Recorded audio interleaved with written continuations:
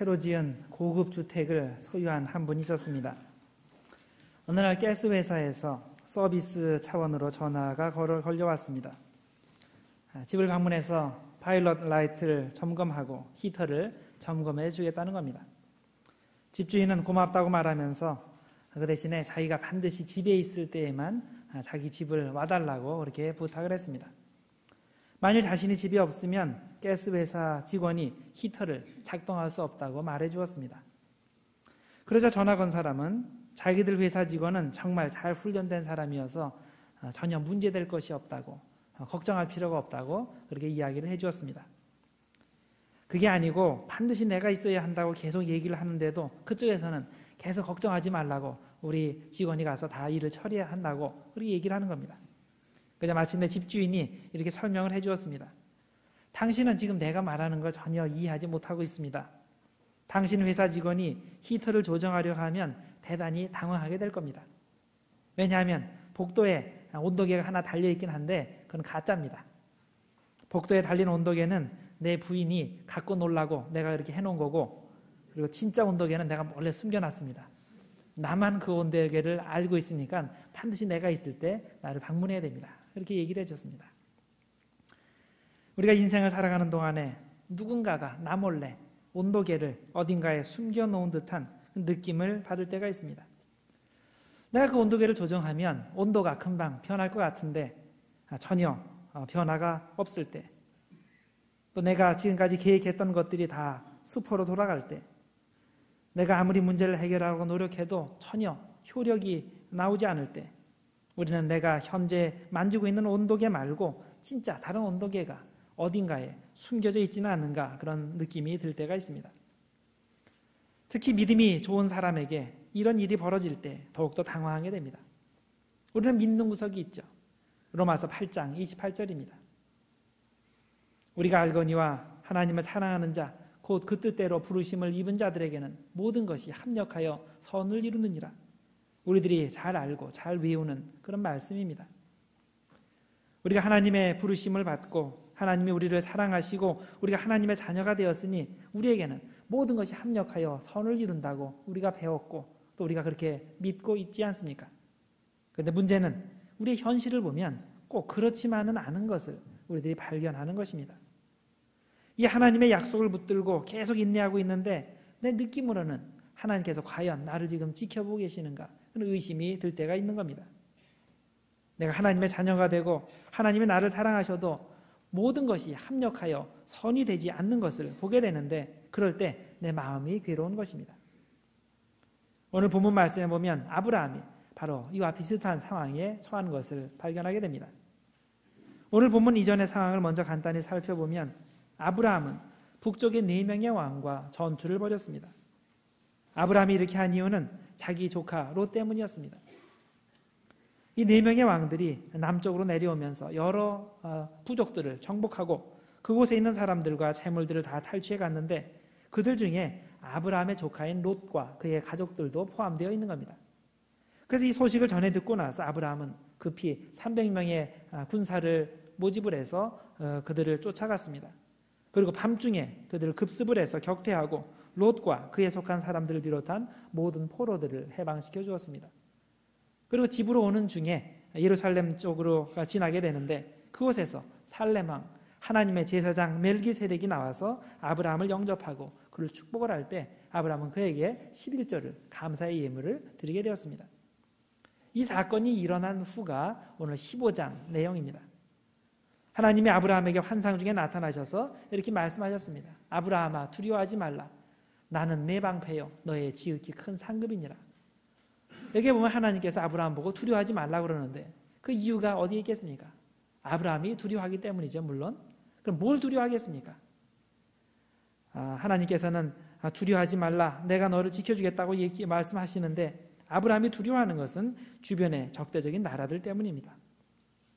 방금 전에만 해도 자신의 특공대가 여러 왕들을 상대해서 승리를 거두었지만 그들이 언제 자신들을 재정비해서 다시 쳐들어올지 모른다는 두려움이 있는 겁니다. 지난번에는 자기가 밤중에 급습을 해서 적을 이겼지만 그들이 언제 연합해서 다시 쳐들어오게 되면 잘못하면 자기의 목숨을 잃을 수도 있고 모든 것을 잃을 수 있는 것입니다. 그래서 아브라함이 두려워하고 있었고, 이런 아브라함에게 하나님께서 나타나셔서 걱정하지 말아라, 두려워하지 말아라, 내가 너의 방패가 되고 상급이 될 테니 너는 두려워하지 말고 나를 믿어라, 그렇게 말씀하시는 겁니다. 그런데 아브라함이 이런 하나님의 말씀을 듣자니 솔직히 이게 믿어지지가 않는 겁니다. 사실 자신이 진짜 두려워하는 것이 있습니다. 자기가 두려워하는 것은 주변의 왕들보다는 자신에게 아들이 없다는 사실이었습니다. 그런데 자신이 이렇게 아들이 없다는 것이 하나님께서 아들을 주시지 않겠다고 그렇게 말씀하셨기 때문이라면 그런 줄 알고 있을 텐데, 이건 하나님께서 이미 오래전에 약속하신 사실입니다. 그것도 이미 10여 년 전에. 그때가 75세 정도 되었는데 이제 10년이 지났으니까 이제 85세가 된 겁니다. 85세가 되도록 아들이 없는데 이걸 어떻게 믿으라는 얘기입니까? 그것도 애초에 자기가 아들을 달라고 먼저 기도한 것도 아닌데 하나님께서 일방적으로 그에게 나타나셔서 그를 부르시며 그의 자손을 하늘의 별과 같이 바다의 모래와 같이 그렇게 많게 해주셨다고 그렇게 말씀을 하신 거죠. 그 창세기 12장 1절과 2절 말씀입니다. 여호와께서 아브라함에게 이르시되 너는 너의 고향과 친척과 아버지의 집을 떠나 내가 네게 보여줄 땅으로 가라. 내가 너로 큰 민족을 이루고 네게 복을 주어 네 이름을 창대하게 하리니 너는 복이 될지라. 여기에 보면 분명히 하나님께서 아브라함에게 큰 민족을 이루는 복을 주시겠다고 약속을 하셨습니다.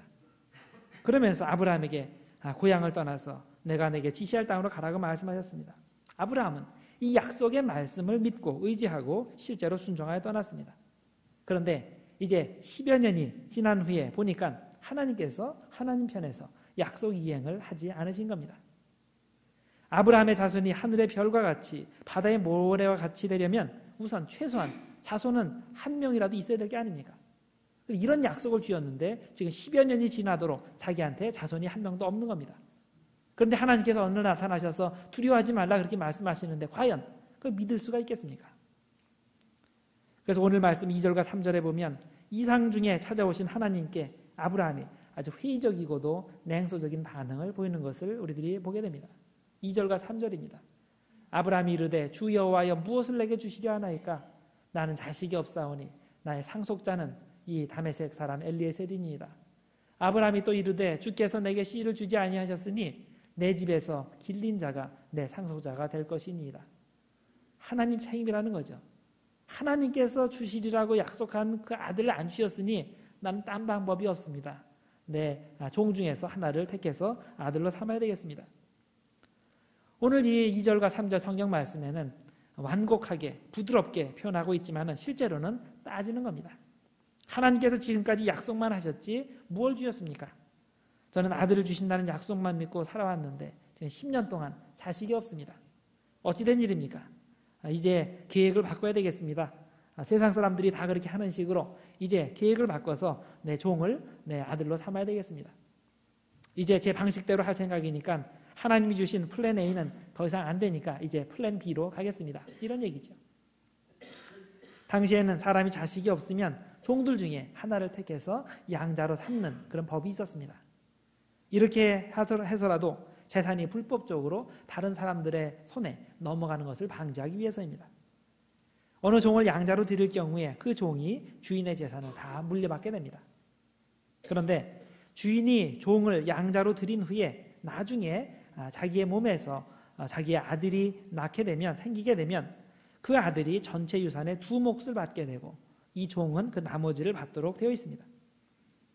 아브라함은 당시에 주변 사람들이 이렇게 행하고 있기 때문에 자기도 그렇게 하겠다고 이제 엘리에셀이라는 종을 양자로 삼아 상속자가 되게 하겠다고 그렇게 말을 하는 겁니다. 그런데 하나님은 어떻게 말씀하십니까? 너는 왜 이렇게 믿음이 없냐? 왜 내 말을 믿지 못하느냐? 이렇게 꾸짖으시지는 않았습니다. 대신 부드럽게 이전의 약속을 다시금 재확인시켜 주셨습니다. 이게 4절과 5절입니다. 여호와의 말씀이 그에게 임하여 이르시되 그 사람이 내 상속자가 아니라 내 몸에서 날 자가 내 상속자가 되리라 하시고 그를 이끌고 밖으로 나가 이르시되 하늘을 우러러 뭇별을 셀 수 있나 보라. 또 그에게 이르시되 네 자손이 이와 같으리라. 이 말씀의 뜻은 이렇습니다. 너는 약속이 이루어지지 않았으니 이제 플랜 B로 가자고 얘기하지만 그게 아니다. 오리지널 플랜을 고수해야 된다. 너에게서 나올 아들이 네 상속자가 될 것이고 그를 통해서 하늘의 별과 같은 그런 무수한 자손이 태어나게 될 것이다. 이렇게 약속의 말씀을 재차 확인해 주셨습니다.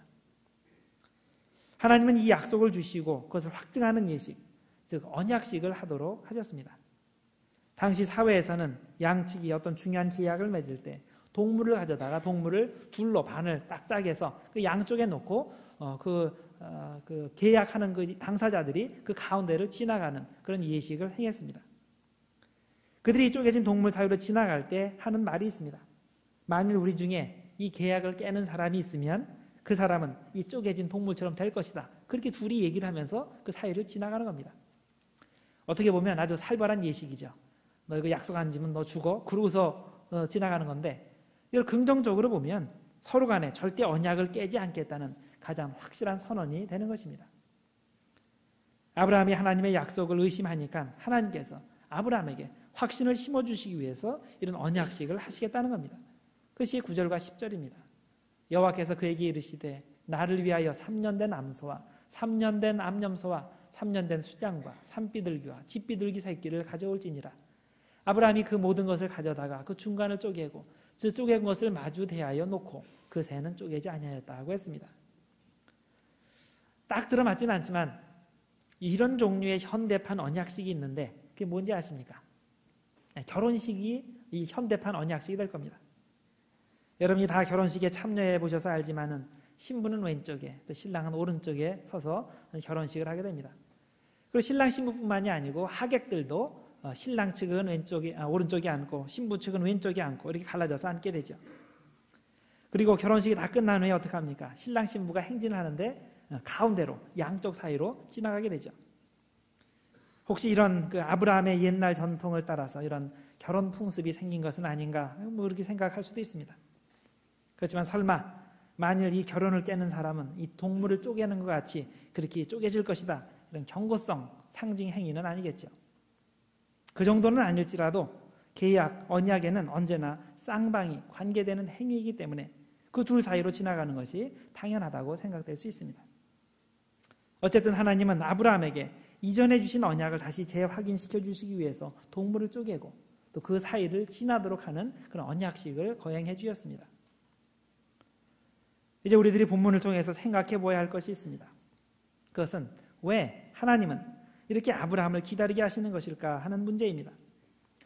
하나님께서 약속을 해주셨으면 아브라함이 그렇게 귀하면 하나님께서 기다리게 하지 말고 그것을 빨리 이루어 주셔야 되는데 왜 하나님은 이렇게 일을 늦게 진행시키는 것일까요? 처음 약속을 주실 때가 75세입니다. 그리고 아브라함이 지금 이 오늘 본문에서 얘기할 때가 85세입니다. 벌써 10년이 지났어요. 10년 동안에 아무 일도 안 일어난 겁니다. 근데 실제적으로 하나님께서 아브라함에게 이삭을 주신 때가 언제입니까? 아브라함이 100세 때 될 때입니다. 그러니까 하나님께서 약속을 주시고 그리고 그 약속이 최종적으로 이루어질 때까지 25년이라는 세월이 지난 건데 해도 너무한 거 아닙니까? 그런데 우리가 아브라함의 일생 전체를 생각해보고 그 후에 자손들의 역사를 생각해 볼 때 하나님이 진짜 그 약속대로 이루어지신 것을 알 수 있습니다. 또한 왜 하나님께서 아브라함에게 더디게 약속을 이루어 주셨는지를 깨닫게 됩니다. 왜 그랬을까요? 왜 당장 그 약속을 이루어 주지 않으셨을까요? 두 가지 이유를 들 수 있습니다. 첫째는 아직 때가 되지 않았기 때문입니다. 하나님께서는 정말 중요한 일을 하실 때는 뜸을 들이십니다. 모든 상황이 무르익을 때까지 기다리시며 준비를 하시는 것입니다. 여러분 우리들도 보통 그렇게 하지 않습니까? 우리가 어떤 일을 해야 되는데 그렇게 중요한 일이 아니에요. 그럴 경우에는 준비할 필요도 없고 그냥 맞닥뜨려서 일을 하게 됩니다. 그런데 우리에게 진짜 중요한 일이 있다고 그럽시다. 그러면 더 많이 준비를 하죠. 오랜 기간 동안에 기다리며 그것의 완벽을 기하기 위해서 준비를 철저히 합니다. 우리는 모두 하나님의 귀한 자녀들입니다. 하나님이 우리에게 귀한 일을 약속하실 때 그것이 중요하면 중요할수록 우리가 준비가 더 필요한 것입니다. 준비가 필요하다 그래서 기다려야 한다 그래서 하나님 편에서 준비한다거나 하나님 편에서 기다리신다는 뜻은 아닙니다. 우리가 준비하고 우리가 기다려야 하기 때문에 하나님께서 시간을 늦추시는 겁니다. 아브라함의 경우에 그의 주변에 있는 사람들이 아직 준비가 되어 있지 않을 수 있습니다. 예를 들어서 사라가 아직 이삭과 같은 아들을 받아서 잘 기를 준비가 되어 있지 않을 수 있습니다. 아브라함이 현재 살고 있는 환경과 상황이 하나님의 복을 성취할 만큼 충분히 준비되어 있지 않을 수 있습니다. 25년 후 정도 되지 않으면요. 여러분, 하나님은 산타클로스가 아닙니다. 우리가 요청한다고 우리가 원하는 시간에 원하는 품복을 배달해 주시는 분이 아닙니다. 하나님은 우리를 사랑하시는 아버지십니다. 그래서 시간이 걸려도 우리 영적으로 성장하여 하나님과 동행하는 삶을 살게 하시기를 원하시는 것입니다. 이 궁극적인 목적을 달성하기 위해서 하나님은 때로는 우리의 소원을 지금 당장 들어주시지 않고 나중에 들어주시는 것입니다. 그래서 여러분, 너무 조급하게 생각하지 마시길 바랍니다. 다 하나님의 때가 있습니다. 기다릴 줄 알아야 됩니다. 둘째로, 하나님이 약속을 당장 이루어 주시지 않는 이유는 우리를 온전한 믿음의 사람으로 세우시기 위함입니다. 아브라함을 생각해 보면 그가 아기를 낳을 수 있는 상황에서 아기를 낳았다면 그걸 특별히 하나님의 은혜라고 생각하지 않을 수 있습니다.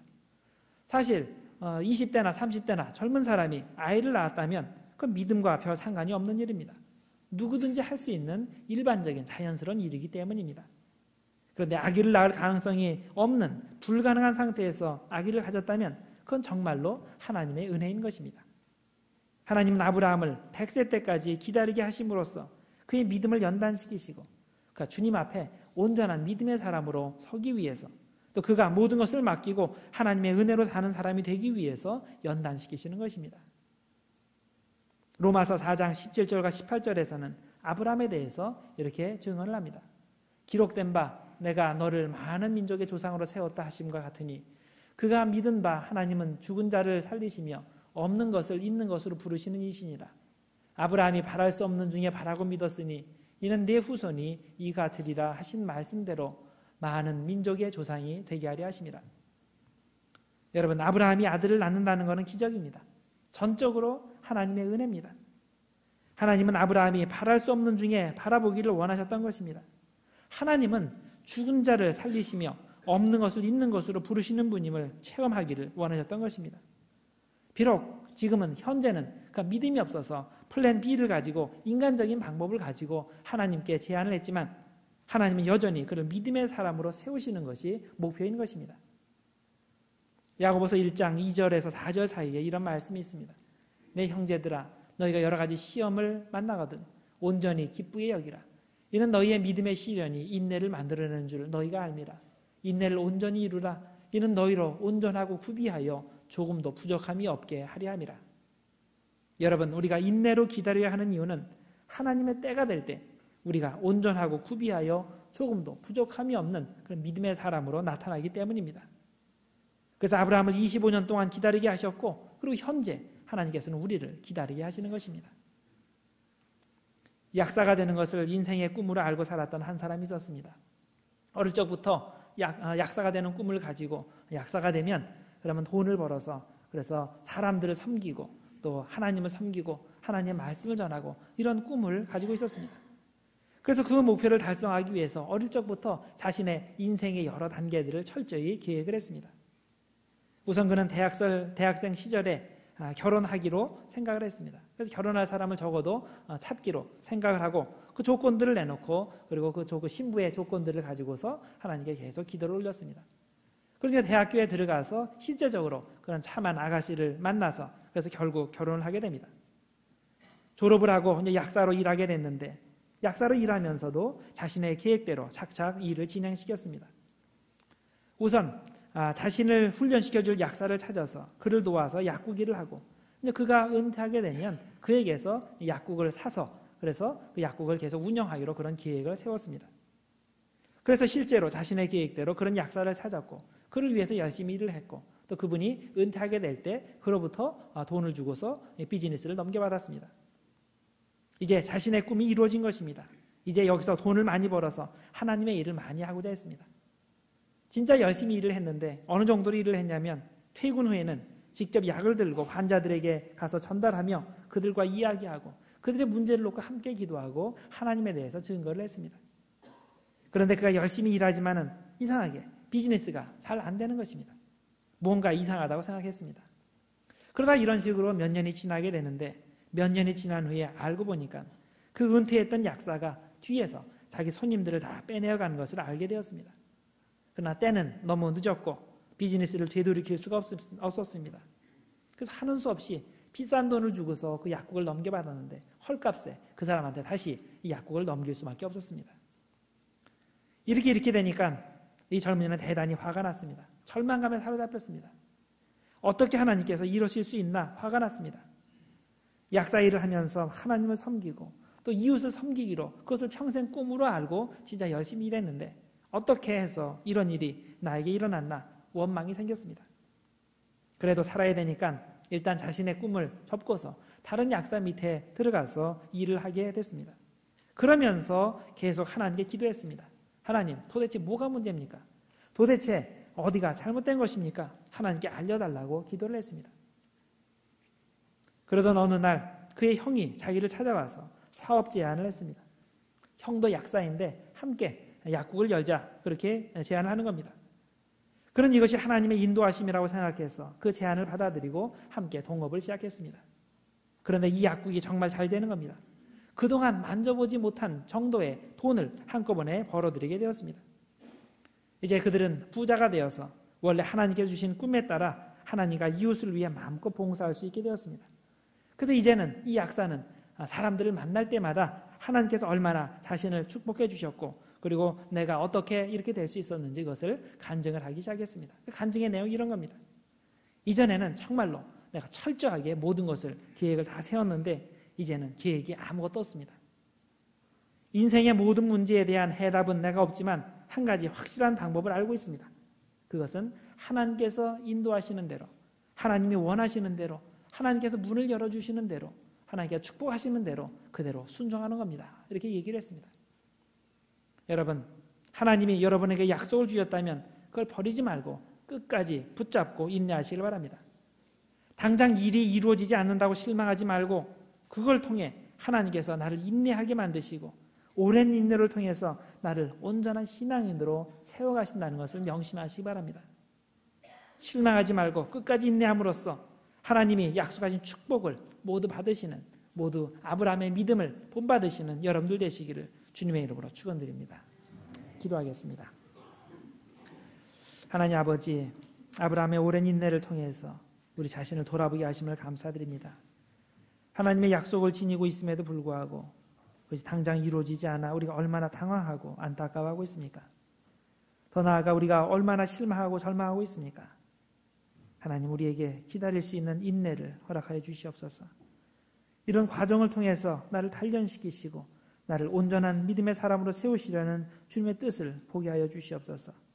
그러므로 말미암아 현재의 어려움에 넘어지지 않고 온전히 주님을 바라보며 계속 소망하고 계속 인내할 수 있도록 힘을 주시옵소서. 예수님의 이름으로 기도드리옵나이다. 아멘.